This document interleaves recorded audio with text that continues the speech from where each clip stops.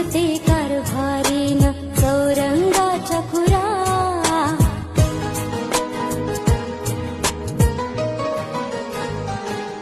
नाव गणाचं गोंदायचं आणि सुखानं नांदायचं.